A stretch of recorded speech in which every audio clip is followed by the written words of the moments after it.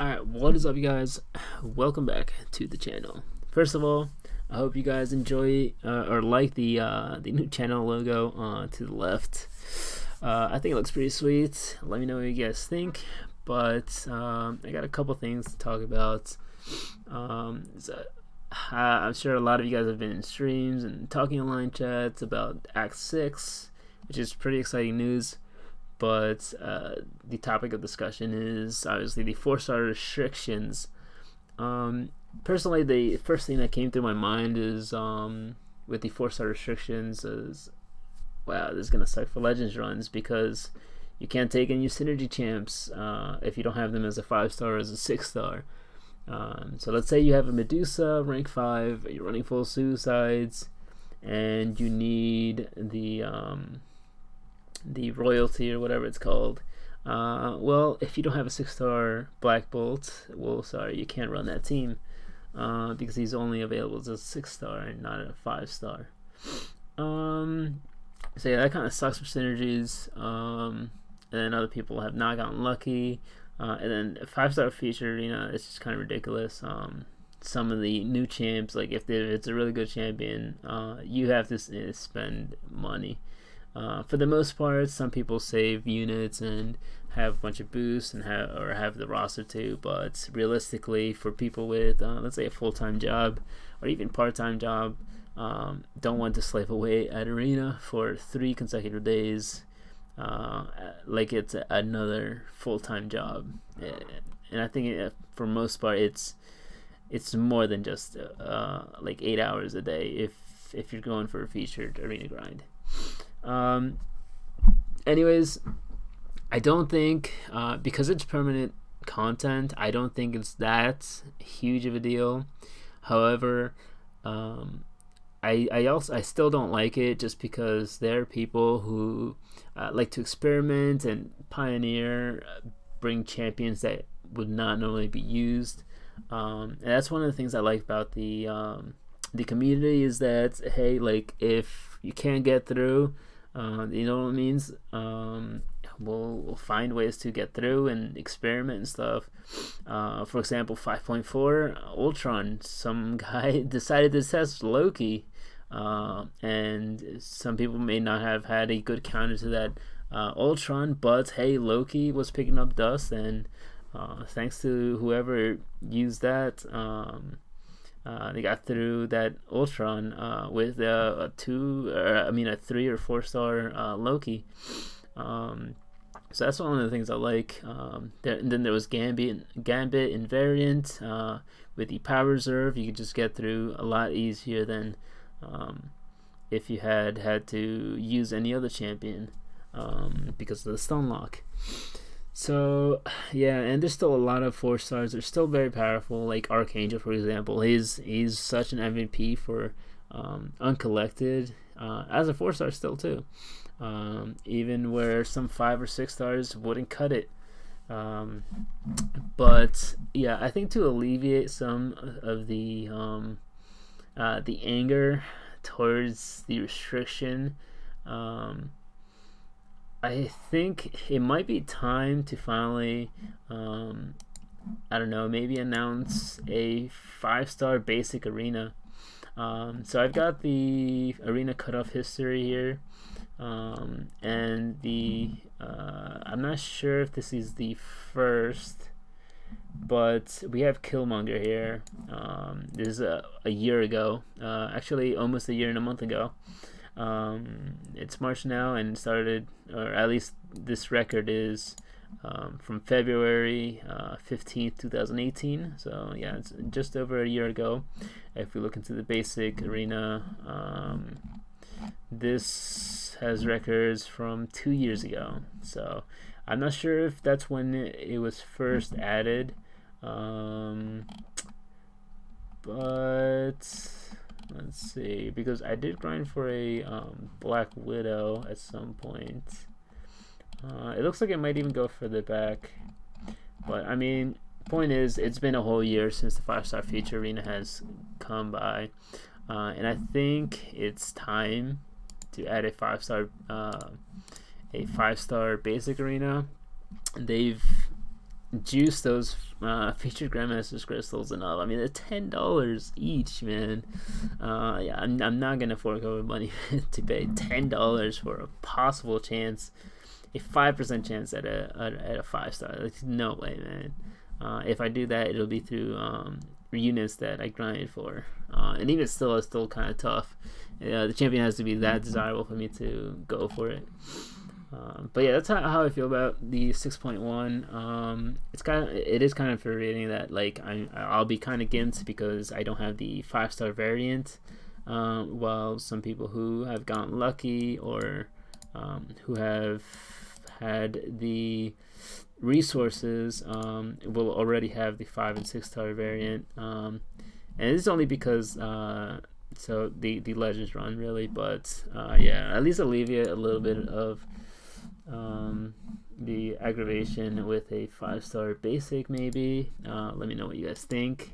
For map 7, this is an awesome change, reducing the link nodes. Basically, at least in section 2, I would move to section 2, take out 1 fight, wait for 2 guys to unlink me, and you know, this you'd go to line, tag them, so you'd have to get out of game.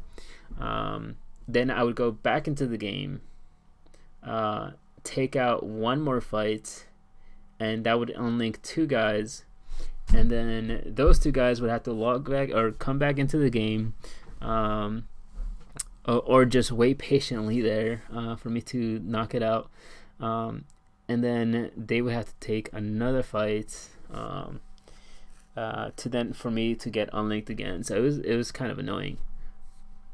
So some people are going through it linked. It's just very, very clunky and not a good experience. So I'm glad that they are removing some of the links, or actually a lot of the links. So that's an awesome change. As for dungeons, yeah, dungeons are kind of crap. You have a chance. So basically, it takes a little bit more than 2 rounds, or a little bit more than 1 round of dungeons to get a crystal. So basically, you get about 2, maybe 3 crystals that come around, or that are available, and then you know they cycle the crystals with different champions. But you only really get 1 chance at a crystal, because then it gets cycled, right? Because there's a limit of 1, and even still in those crystals, it's really like a 20, maybe 30% chance to get a very desirable champion. The rest of them are usually pretty dull, and they're just bad. No one wants a freaking Hulkbuster, and even more specifically because he doesn't even counter anything. It's useless. But yeah, it's just I left them feedback. There's this channel where it's basically like, hey, like game feedback, provide your feedback here. And so I basically said, hey, you can make this a thing where instead of grinding arena, you go into dungeons, get some battle chips, and that way you don't have to stay in arena, which is kind of boring. But if you have a friend on in the alliance, or even in real life, you can play dungeons. I do dungeons with Cade, and they're actually kind of fun, especially when you get on call too, talking with the chat while streaming. So that's actually kind of fun, talking about all kinds of things. Because for the tier 4 basic and class, tier 2, you're not really going here. You're only going to like room 5, and then you dip, because it just gets more and more hard, more and more difficult. And yeah, you get like a 20% chance at possibly pulling a champion you want. But for me, it's been dupes, so it's been a pretty bad experience. But yeah, the thing that annoyed me is that I left them feedback, and then one of them responded like a couple hours later, but it wasn't even to my thing, and it's just kind of ignored. So that was kind of annoying. Even if they said no or something, it's any kind of response. I don't care if you said no. Like I just want to know that it was acknowledged. But yeah, that's kind of how I feel about all the things happening right now. For the Act 6, you know, looking forward to it, but let people at least, you know, grind a 5-star basic arena. That way they don't have to slave away for hours. I mean, like who wants to do like a 62 million grind for a new champion? It's not something that you should kind of like. Hey, if you want the newest best champion with super high prestige, you could either spend money or spend money refreshing. It's just I don't know. That's how I feel. But there are some people who have the time and the units saved up to grind for like one champion like every couple months. But yeah, let me know what you guys think. Let me know what you guys think about the logo as well, because I kind of like it. But yeah, that's my opinions. Oh, and the last thing I forgot to bring up is the whole thing with the ghost thing. I actually think this is pretty crummy, because really good ghost players, you can't be punishing people who have gotten timing down. This is kind of crummy. So I'll play this video. Hopefully this guy doesn't copyright strike me. But yeah, basically it's just showing that the AI has been changed so that you can't intercept after a light attack. Personally, I punish after the medium, but you should probably like be a little bit more transparent with that. Because yeah, that's not you can't be like indirectly nerfing good gameplay, man. Yeah, it's just, man, that's difficult to watch, because this would cause deaths in the Alliance War. Yeah, it's not really good a good experience.